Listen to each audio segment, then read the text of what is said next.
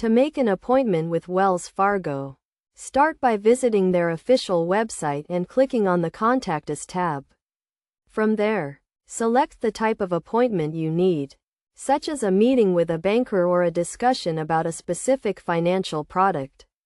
You can also use the Wells Fargo mobile app to schedule an appointment, which can be downloaded from the App Store or Google Play.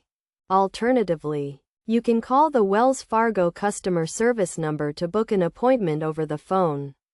Be prepared to provide your name, account information, and the reason for your visit. You can also visit a Wells Fargo branch in person to schedule an appointment with a representative. When scheduling an appointment, you will need to provide some basic information, such as your name, email address, and phone number. You will also be asked to select a date and time for your appointment, as well as the location of the branch you wish to visit. It is a good idea to have all necessary documents and information ready before your appointment, such as your account statements, identification, and any relevant financial documents.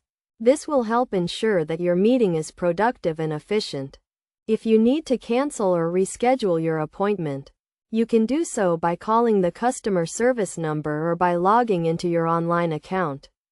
It is best to provide as much notice as possible, so that the representative can accommodate other customers.